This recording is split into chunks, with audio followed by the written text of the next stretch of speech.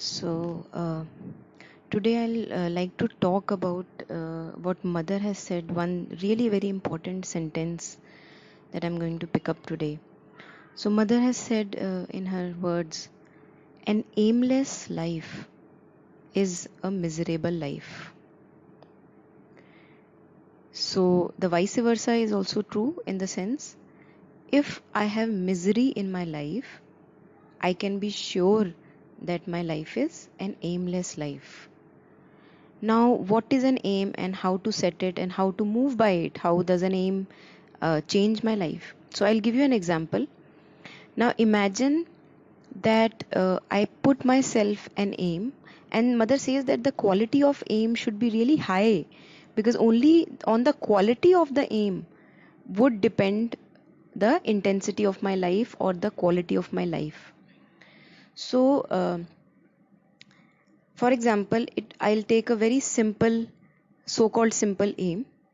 The aim in my life is to be peaceful and calm in all situations. Okay?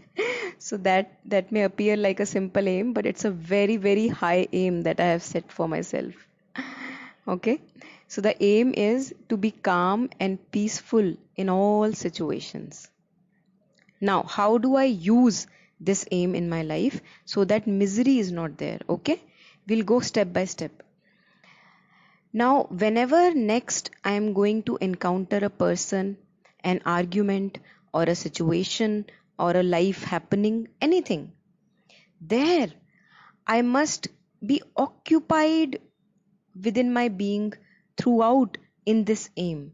I have to remind myself, what is my aim? What is my aim in this moment? My aim is to remain calm and peaceful.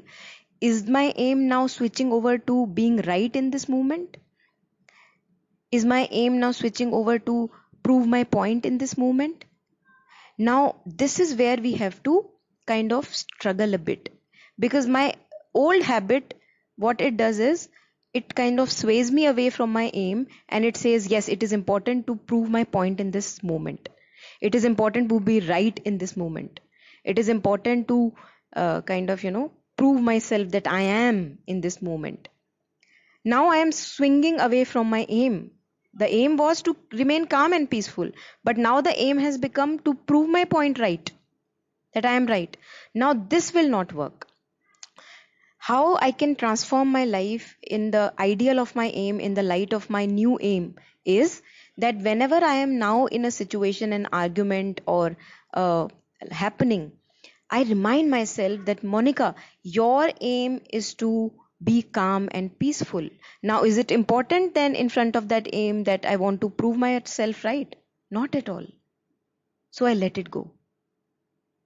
And like this, we will see that we are kind of unburdened of so much of rubbish that we keep on taking on ourselves by swinging our aims here and there.